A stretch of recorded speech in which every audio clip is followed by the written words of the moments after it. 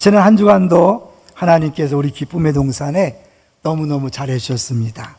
가장 먼저 우리 형제들의 축제에 31개 팀이 오셔서 행복한 시간을 보냈는데요. 사전 준비부터 마무리까지 너무너무 잘해 주시는 것을 보고 감사했고요. 많은 분들이 후원해 주셔서 한 팀당 50만 원씩 드릴 수 있어서 너무 행복했습니다. 저는 안 받았지만 행복했어요. 왜냐면 그분들이 행복하는 모습을 보면서. 근데 이제 그분들의 피드백을 받아보니까요, 너무 풍성한데, 특별히 최만석 목사님이 카톡으로 감사하다고 하길래 뭐가 좋았냐라고 했더니 정리를 잘했어요. 제가 한번 같이 나눠볼게요. 밖에서 환영식은 전쟁터에서 승리하고 돌아온 사람을 맞이하는 것 같아서 좋았고, 말씀의 시간은 초심으로 다시 돌아가는 시간이 되어서 좋았고, 식사의 시간은 섬김 받으면서 섬기러 오신 주님 사랑 경험할 수 있어서 좋았고, 선물의 시간은 착하고 충성된 종으로 살아왔다는 주님의 위로와 상급받는 마음이 들어서 좋았습니다. 무엇보다 9년 2개월 동안 동고동락한 교회, 여전히 동고동락하고 있다는 사실이 저를 너무 행복하게 했습니다. 정리의 달인 맞는 것 같아. 잘하는 것 같아. 그런데 우리가 이번 한 번 끝나면 안 되고요. 이번에 오셔서 만났잖아요. 그들의 기도 제목을 듣고 사정을 들었으니까 계속 기도해 주시고 기회 될 때마다 잘 섬겨주셨으면 좋겠어요. 그런 의미에서 광고에 나간 것처럼 우리 송산 기쁨의 동산교회 다음 주일 오후 2시에 교육관 확장 및 서점 개업 예배를 드리겠다 그래서 너무 감사했어요. 많이 축하해 주시고 기도해 주시고 참여해 주시면 감사하겠습니다. 두 번째로는 어제 잘 모르시겠지만 우리 부모교실 첫 시간이 있었어요. 권전사님과 한 15분의 학부모들이 모여서 부모교실, 또 청년대학부는 기독교인 연애에 대해서 외부 강사를 모시고 특강이 있었어요. 우리 교회 다음 세대에 집중하는데 이렇게 부모들에 대하여 또 청년, 미혼 청년들에 대하여 좋은 강의가 진행된다는 게 너무 감사했습니다. 세 번째로는 다음 세대 이웃 초청 잔치를 위해서 우리 주보에 보시면 많은 VIP가 올랐는데 보면서 기도해 주세요. 근데 일부에서는 궁금해한다 그래요. 이번에 어른들 모시고 와도 되냐? 어떨까요? 됩니다. 그런데 어른 중심은 아닙니다. 다음 세대를 위해 기도하다가 고구마 줄기처럼 따라오면 너무 좋은 거죠. 왜냐하면 애들을 전도하는데 부모가 함께 올 수 있잖아요. 다음 세대를 놓고 기도하시다가 부모님과 이웃들이 어른들이 온다 그러면 기쁨으로 모시고 오십시오. 하나님께서 하시는데 특별히 아직도 VIP가 없다고 하시는 분들에 대해서 말씀하는데, 이 VIP를 정할 때 전도의 가능성을 보고 전하는 게 아니에요. 우리가 아무리 가능성이 있어도 하나님이 구원하지 않으면 소용이 없어요. 반대로 뭐예요? 가능성이 없어도 우리는 정하고 기도하는 거예요. 이해되시죠? 그러니까 없다고 말하지 마시고 내 주변에 자주 만나는 다음 세대는 다 VIP예요. 그 이름을 놓고 기도하고 언젠가는 그 기도가 씨앗이 되어서 열매를 맺게 될 줄로 믿습니다. 한 분도 빠짐없이 다 동참해 주세요. 자, 이제 오늘 제목을 같이 보도록 하겠습니다. 오늘 제목은 관계의 회복입니다. 그런데 딱 제목을 보면서 마음에 부담을 갖는 분들이 있을 거예요. 그런데 여러분이 생각하는 그 방향은 절대로 아닙니다. 이 결론적으로 말씀드리면 이 관계 회복은 우리가 하는 게 아니라 하나님 편에서 일방적으로 하고, 그러므로 우리에게 그 은혜와 사랑이 넘칠 뿐만 아니라 오늘은 특별히 우리에게 과거에 주어진 고난이 왜 주어졌는지를 고난에 대한 해석 차원에서 말씀드리게 될 거예요. 그런 면에서 여러분의 선입관을 일단은 내려놓고 말씀을 따라왔으면 좋겠어요. 실제로요, 설교를 들으면서 사람들은 자기 생각을 가지고 듣고 싶은 것을 듣게 돼 있어요. 오늘 새벽 예배 때 우리 박영 전사님도 그런 얘기를 했는데요. 정성구 목사님이라고 총신대 이제 학장도 하시고 수십 년 동안 신학을 가르치신 목사님이 계신데 40년 전에 일을 최근에 얘기했는데 40년 전에 부산 초량교회를 가서 이 교사들을 위한 특강을 했다는 거예요.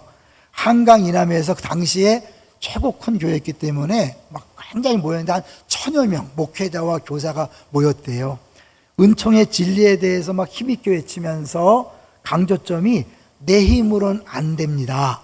내 힘으로 안 됩니다를 계속 얘기했는데 모든 사람이 아멘으로 반응하는데 딱 한 사람만 막 깔깔대고 웃더라는 거예요. 너무 당황스러워서 잘못하면 설교 줄거리를 잊어버릴 뻔했대요. 그 사람 얼굴을 자세히 봤다가 설교 끝난 다음에 물었답니다. 왜 그 상황에서 혼자 웃었습니까? 그랬더니 이분이 말하기를 목사님 설교 말씀이 참 재밌었습니다. 뭐가 재밌었습니까? 맨 입으로 안 된다. 그럼 뭘 듣고 이랬을까요? 내 힘으로 안 된다가 맨 입으로 안 된다로 들린 거예요. 그러니까 결국 사람은 자기 생각대로 아마 공짜는 없다 이런 말에 관심 있는 분이었나 보죠. 이런 걸 느끼면서 그 후에 40년 동안 자기는 설교를 한 그대로 성도들이 듣지 않을 수 있다는 것을 염두에 두고 했다는 거예요.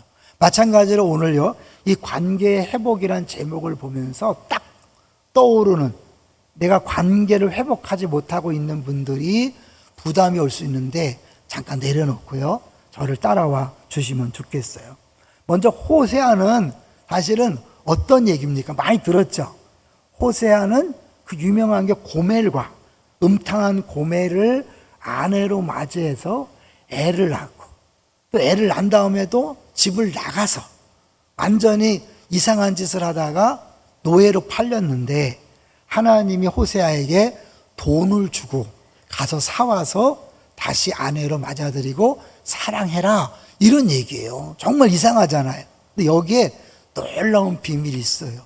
모든 구약 성경은 어디를 향한다 그랬죠?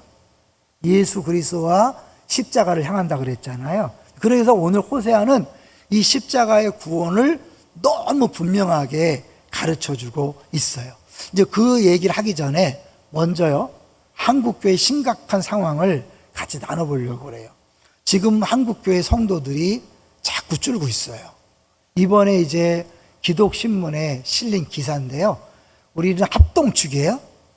통합 측, 또 고신 측, 합신 측 모든 장로교들에 대한 통계를 냈는데 재작년보다 작년에 많이 줄었고요, 재작년에 작년까지보다는 적지만 올해 작년 한 해 동안도 약 10만 명이 우리 교단에서만 줄어드는 거죠. 다른 교단도 마찬가지죠.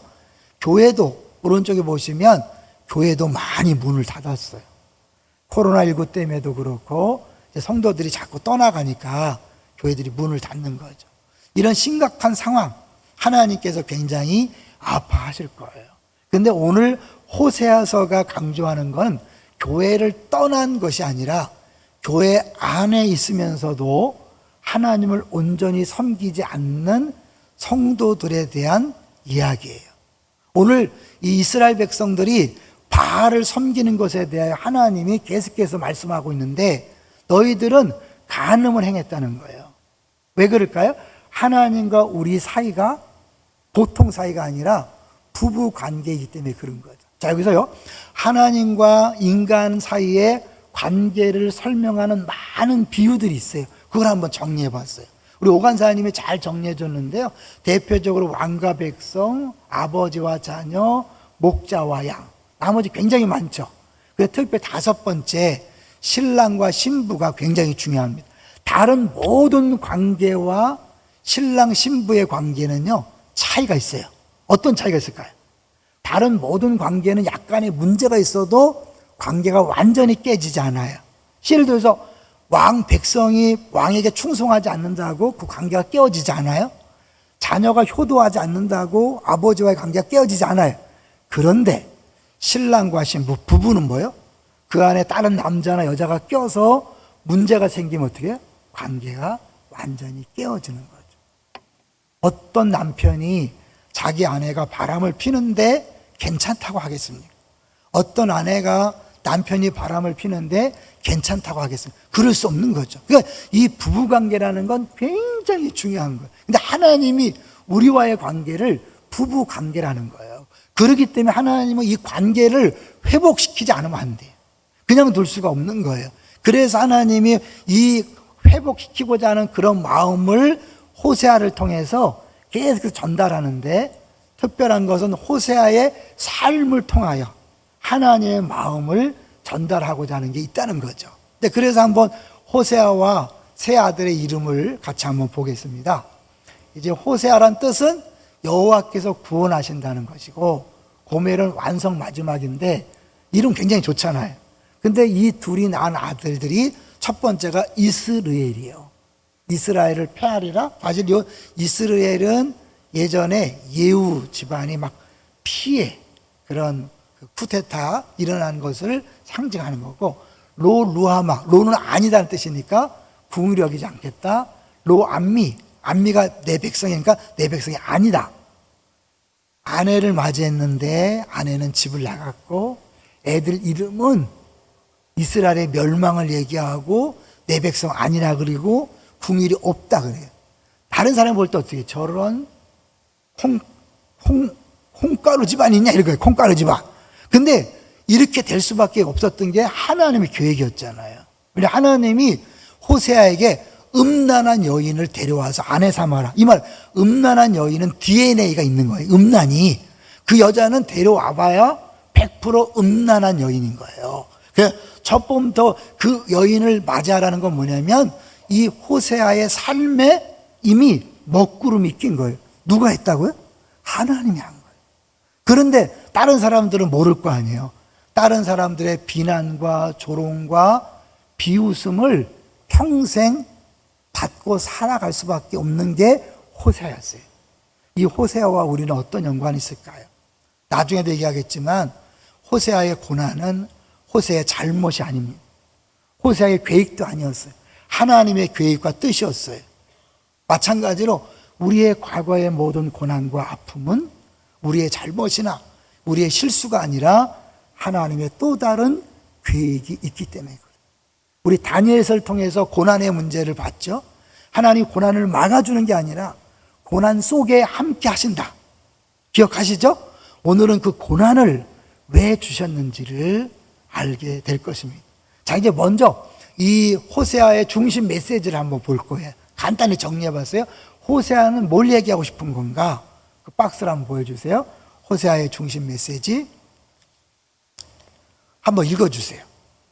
호세아서는 주전 8세기 여로보암 2세 치하에서 배교와 우상 숭배를 일삼았던 북왕국에 대한 메시지이다. 본서는 신랑으로 묘사된 하나님이 부도덕한 아내인 이스라엘이 돌이키시려고 애타게 찾아다니는 놀라운 모습을 보여준다.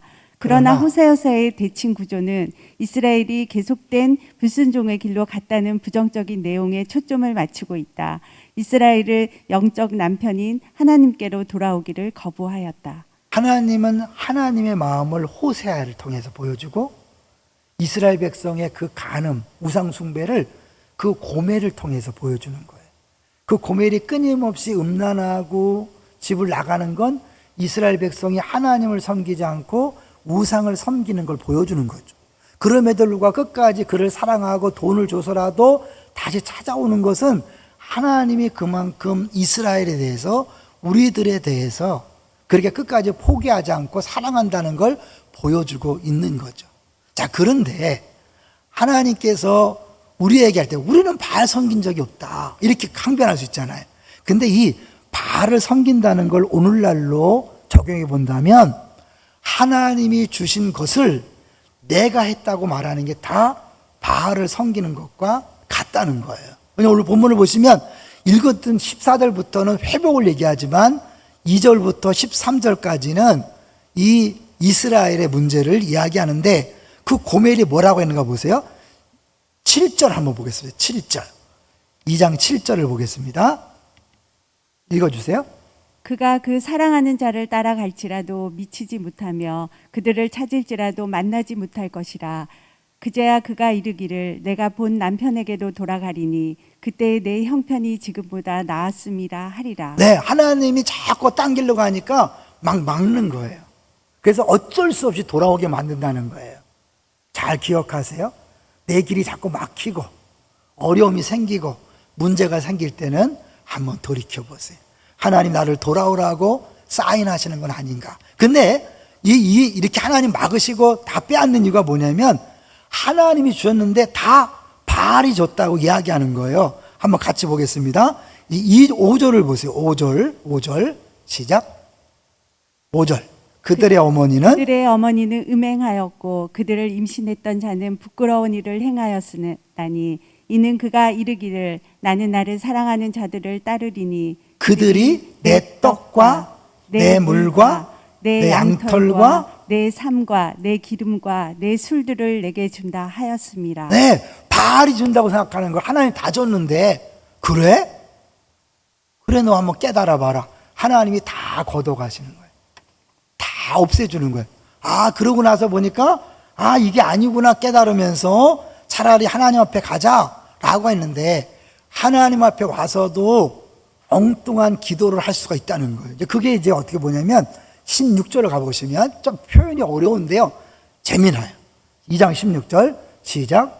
여호와께서 이르시되 그날에 내가 나를 내 남편이라 일컫고 다시는 내 바알이라 일컫지 아니하리라. 무슨 말일까요? 회복되었을 때 하나님 어떻게 만들어주냐면 나를 남편이라고 부르고 내 바알이라고 일컫지 않는다. 우상 숭배하지 않는다는 게 아니라 내 바알이라는 건 바알이라고 해서 여기만 쓰인 단어인데 나의 주님이다. 그러니까 하나님은 자신을 주님이라고 부르는 것보다도 내 신랑입니다. 이런 소리를 듣고 싶다는 거예요. 근데 많은 사람들이 기도를 어떻게 해요? 하나님 능력을 주시고 돈을 주시고 은혜를 주셔서 내가 한번 잘해보겠습니다. 그래서 하나님께 영광을 돌리겠습니다. 그러나 그 이면에는 뭐예요? 내가 잘 되고 싶은 야망이 그 안에 있는 거죠. 바알을 따라간다는 건 내가 뭘 해보겠다는 것과 연관이 있는 거예요. 그래서 신앙생활은요, 주어가 바뀌는 것이다. 들어보셨죠? 신앙생활은 내가 하다가 주님이 하나님이 하나님으로 주어가 바뀌는 거예요. 여러분 기도를 잘 생각해 보셔야 돼요. 하나님 나에게 능력과 은혜를 주시고 물질을 주시면 내가 하나님을 위하여 세상을 변화시키겠습니다. 맞아요, 틀려요? 누가 주도적이죠? 내가 하겠다는 거잖아요. 잘못된 기도예요. 하경삼을 보면 분명한데 하나님이 나에게 능력을 줘 내가 하는 게 아니라 하나님이 나를 통해서 하나님이 하시는 거예요. 이게 정상적인 신앙생활이에요. 근데 얼마나 많은 사람들이 교회에 와서 하나님 나에게 뭘 주시면 내가 주를 위해 헌신하겠습니다. 그거는 뭐예요? 바알이라고 부르는 거예요. 주여 주여 하는 자마다 다 천국에 들어갈 것이 아니요 산상수훈에 예수님 말씀했잖아요. 왜 그것을 하나님 지적했을까요? 하나님을 사랑의 대상이 아니라 자기 욕구와 필요를 채우는 마다마다 요술 램프 지니처럼 그렇게 하나님을 대하지 말라는 거예요. 근데 우리는 그런 경우가 많이 있어요. 근데 명분은 뭐예요? 내가 교회를 위해 헌신하겠습니다. 하나님 나라를 한번 세워보겠습니다. 내가 한다는 자체는 바알을 섬기는 것과 다를 바가 없다는 거예요. 우리 중에 많아요, 적어요? 의외로 많이 있죠. 그러다 보니까 다음 세대나 불신자들이 볼 때 얼굴이 행복해 보이지 않는 거예요. 막 욕심이 가득 큰 것처럼 보이고 막 경쟁하고 막 비교하고 시기 질투가 끊이지 않잖아요. 왜? 내가 하니까. 주님이 하시면 시기 질투 필요해, 안 필요해요? 안 필요하죠? 욕심 필요 없죠? 주님이 주시는 만큼만 가면 되는 거예요. 주님이 알아서 하시니까. 내가 실패해도 괜찮아요. 가난해도 괜찮아요. 병들어도 괜찮아요. 왜? 주님이 그걸 통해서 하실 일 있으면 되는 거예요. 할렐루야. 하나님은 그걸 원하시는 거예요. 바알이라고 하지 마라. 주님이라고 말하지 말고 내 남편이라고 말해라 라고 그렇게 만들어주겠다. 그만큼 하나님은 우리의 사랑을 원하시는 것이지 우리가 막 능력 달라고 뭐 달라고 기도하는 걸 원하는 게 아니라는 걸 보여주는 거예요. 자, 이제 거기서 14절을 보겠습니다. 구체적으로 이제 어떻게 회복시킬 것인가. 14절 시작. 그러므로 보라 내가 그를 타일러 거친 들로 데리고 가서 말로 위로하고. 왜 하필이면 거친 들일까요? 거친 들은 광야예요. 광야는 사실은요 풍성함이 없는 메마른 곳인데 왜 하필이면 걸로 데려가서 이렇게 위로할까요? 다른 성경에 보면 꼬셔서 될 것 같다 이런 표현도 있어요. 왜냐하면 이게 타일르다는 말도 되지만 꼬인다는 또 있거든요. 그러니까 하나님이 광야로 데리고 가서 거기서 야 이제 내 사랑을 알겠니? 내가 너만 사랑해 라는 것들을 속삭인다는 거예요. 그럼 광야는 어떤 의미일까요? 광야를 지나며라는 찬송 기억하세요? 왜 나를 깊은 어둠 속에 홀로 두시는지, 어두운 밤은 왜 그리 길었는지, 나를 고독하게 나를 낮아지게 세상 어디도 기댈 곳이 없게 하셨네. 광야에 서 있네.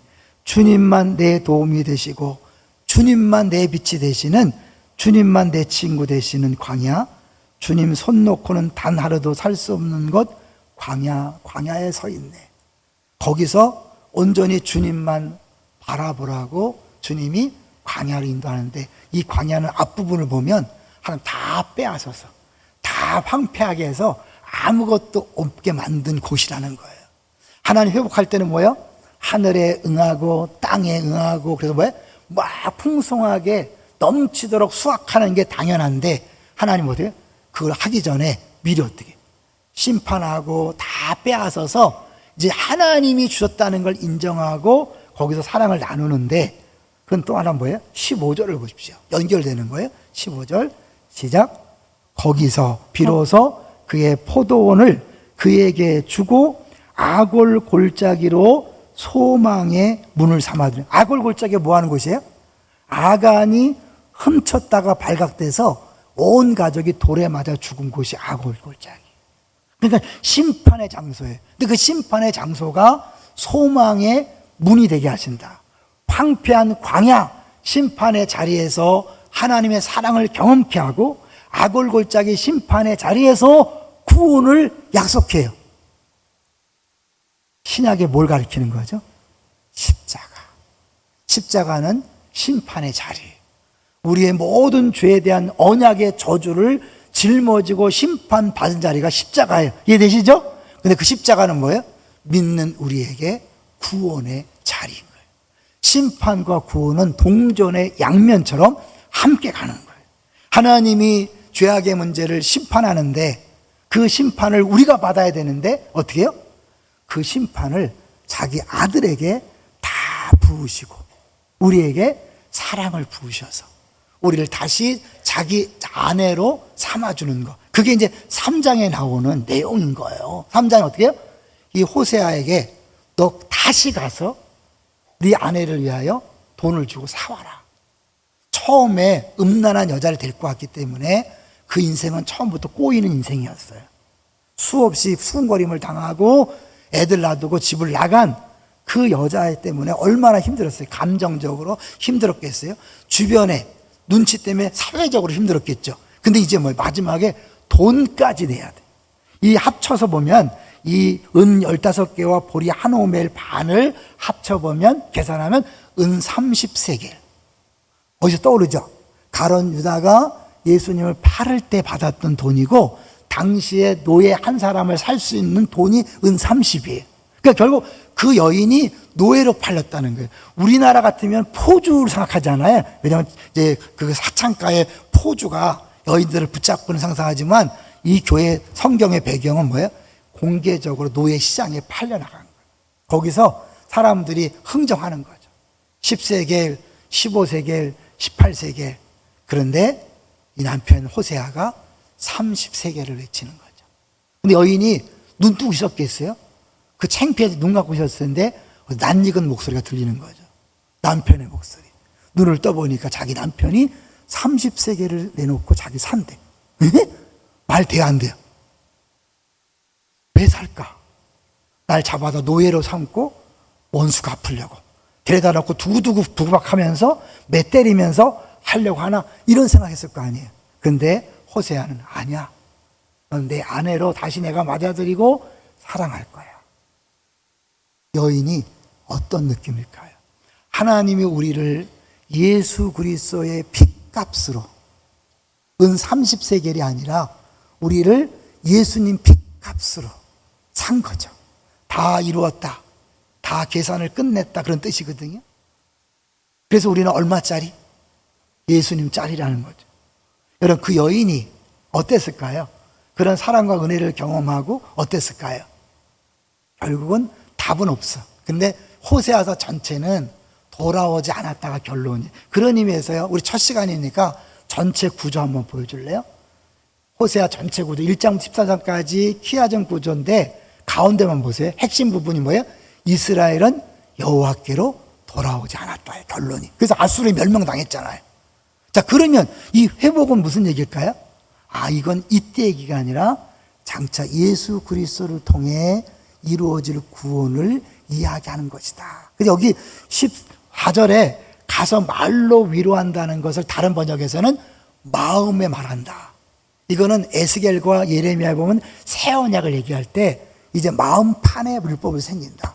마음을 새롭게 한다. 기억나요? 그러니까 새 언약을 이야기하는 거죠. 그러니까 이거는 장차 오실 예수 그리스도에 대한 것을 미리 보여주는 거예요. 자, 그런데 이 호세아를 그렇게 이상한 역할을 하게 하신 건 뭘까? 우리 알죠? 하나님의 마음을 보여주는 것이다. 더 플러스. 자, 영어를 한번 보여주세요. 제가 영문을 가끔 보여드리는 것은 제 이야기가 아니라 권위 있는 그 목사님이라는 것을 보여주고, 이제 빨리 보여주세요, 영문. 그래갖고, 이제 옆 밑에는 우리 오간사님이 번역한 거예요. 두 가지 이유가 있다. 하나님이 호세아에게 고멜과 결혼하게 한 이유, 잘 들으세요. 첫 번째는 하나님께서 고멜의 삶에 가장 절실히 필요했던 구원의 에너지를 호세아를 통해서 주려는 거예요. 사실 고멜이 찾아다닌 건 뭐예요? 자기 만족을 구했던 거죠. 남자들을 통해 채워지지 않는 그 욕망을 채우고자 한 거니까 이건 단순히 성에 관한 게 아니에요. 어떤 사람은 돈에 미친 사람이 있어요. 돈이 전부다. 똑같은 거예요. 자녀가 없으면 끝난다. 자녀가 성적을 잘 받는 것이 나의 행복이다. 똑같은 거예요. 나는 명예. 남들의 박수 인정, 목말라 하는 모든 것, 이것이 갖고 있는 것이 바알을 섬기는 것이고 그 고멜의 모습인 거예요.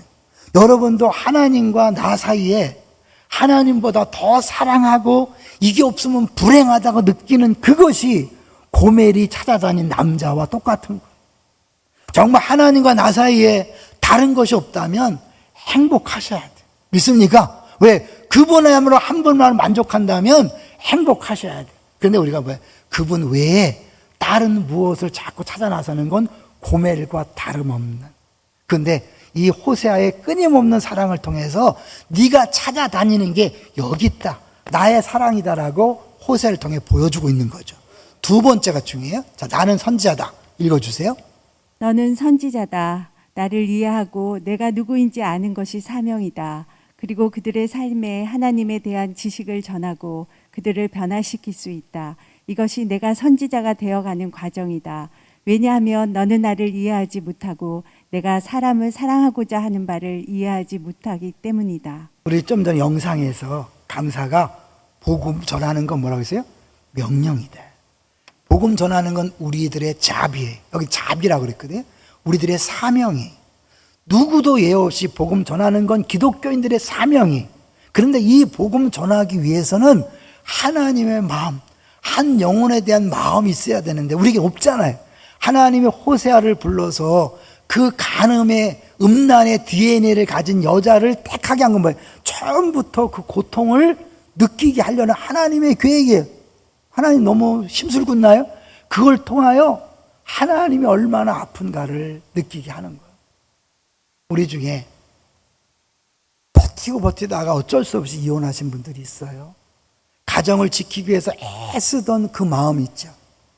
그 마음을 통해 하나님은 하나님의 안타까운 마음을 깨닫게 하는 거예요. 자녀들을 아무리 잘 양육해도 자녀가 자꾸 빗나가서 그 안타까운 마음으로 눈물을 흘리는 부모들이 있어요. 그 안타까운 마음을 하나님께서는 하나님의 마음이라는 걸 깨닫게 하려고 그런 거예요. 여러분이 감으로, 가난으로, 여러 가지 질병으로, 고난으로 아파하는 그것, 고통하는 그것은 하나님의 마음을 알게 하려는 하나님의 계획이라는 거예요. 왜요? 그렇게 해서 진짜 하나님의 마음으로 전도하고 하나님 마음으로 양육하고 하나님 마음으로 다른 사람을 세워가려는 하나님의 계획이 있는 거예요. 처음 말씀드렸죠? 고난을 주신 이유, 우리는 내가 잘못 선택해서, 예를 들면 내가 그때 그 남자랑 했어야 되는데 이놈하고 잘못해서 내가 평생을 후회하는데, 여러분 후회하지 마세요.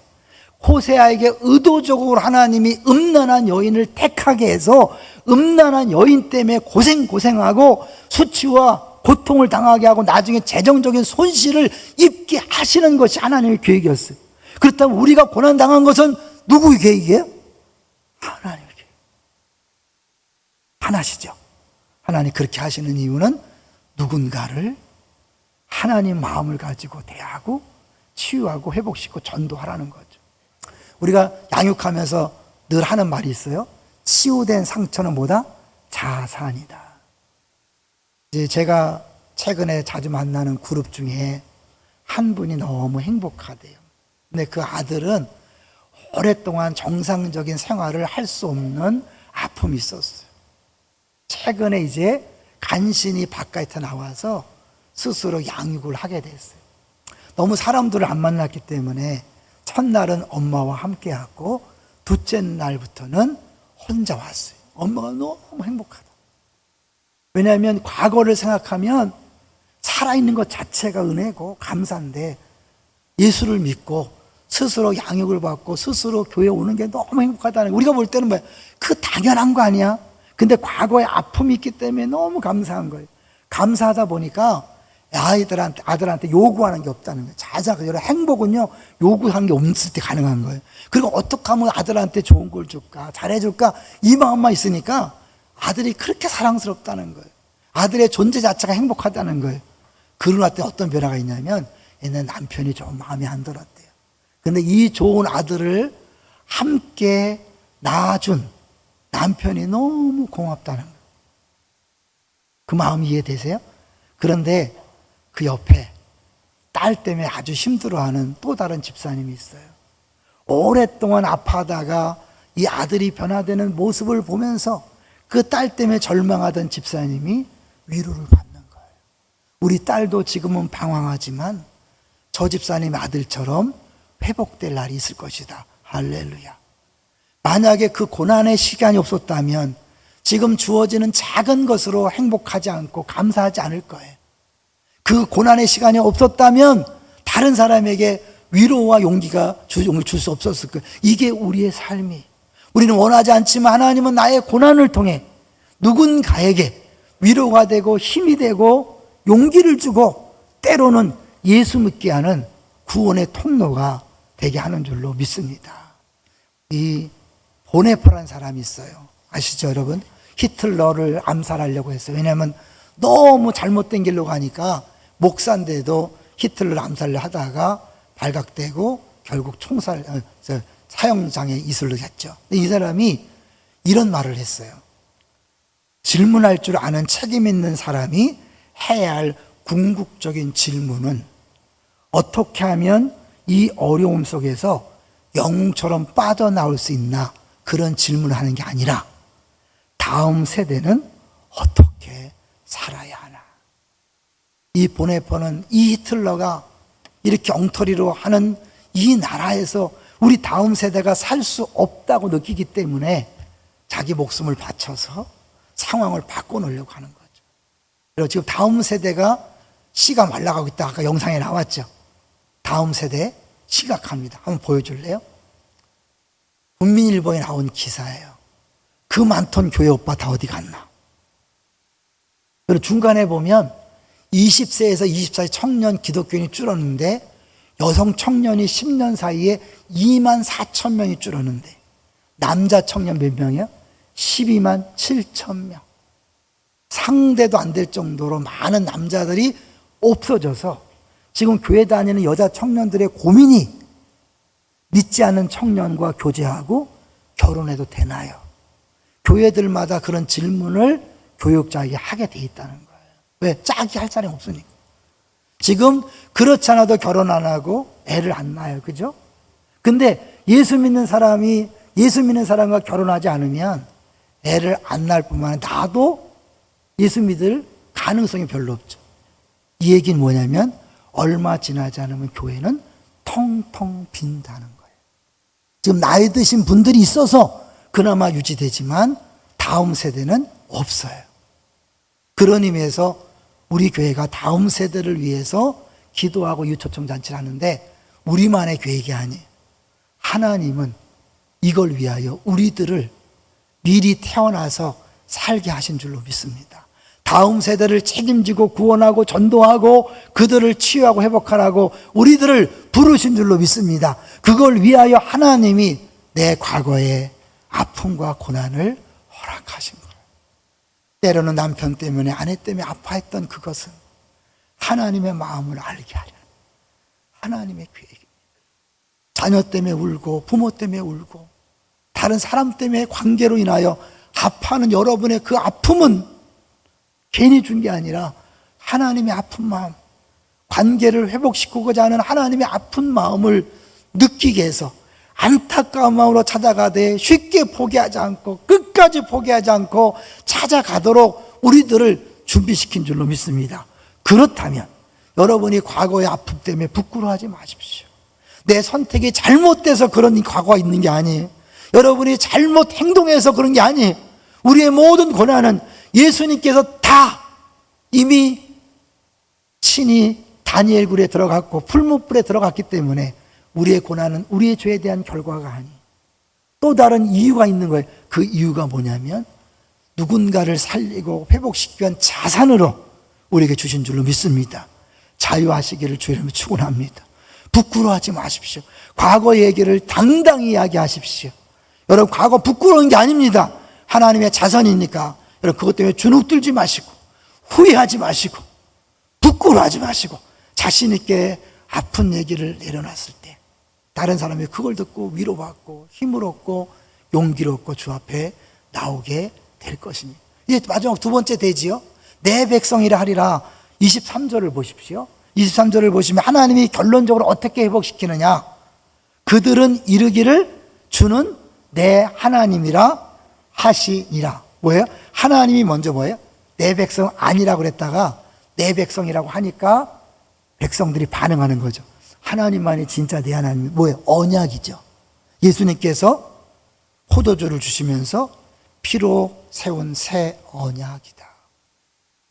옛 언약을 지키시기 위하여 하나님 옛 언약을 지키지 못한 이스라엘 백성들의 죄를 언약적 저주를 십자가에 예수님을 통하여 다 부으시고 그 죄의 문제를 해결한 다음에 다시 내가 넌 네 한편이야. 그래서 예수님이 신랑으로 오셨잖아요. 재림은 뭐예요? 그 신랑이 거처를 예비하고 다시 우리를 맞이하러 오는 것이 예수님의 재림이에요. 그래서 혼인잔치라고 얘기하는 거예요. 우리 모두는 예외 없이 다 예수님이 신랑이십니다. 할렐루야. 그 신랑이 우리를 신부로 맞아들이기 위해서 하신 일이 뭐예요? 하늘 보좌를 버리시고 이 땅에 오셔서 십자가에 못 박혀 죽으시면서 수치를 당하고 고통을 당한 거예요. 자, 이제는 하나님 우리에게 말씀합니다. 내가 너에게 준 고난 네 죄 때문이 아니다. 내가 너를 쓰기 위해서 너에게 자산으로 준 것이다. 부끄러워하지 마라. 숨기지 마라. 자신 있게 당당하게 이야기함으로 사람들을 살리는 우리 모두가 되시기를 주의 이름으로 축원합니다.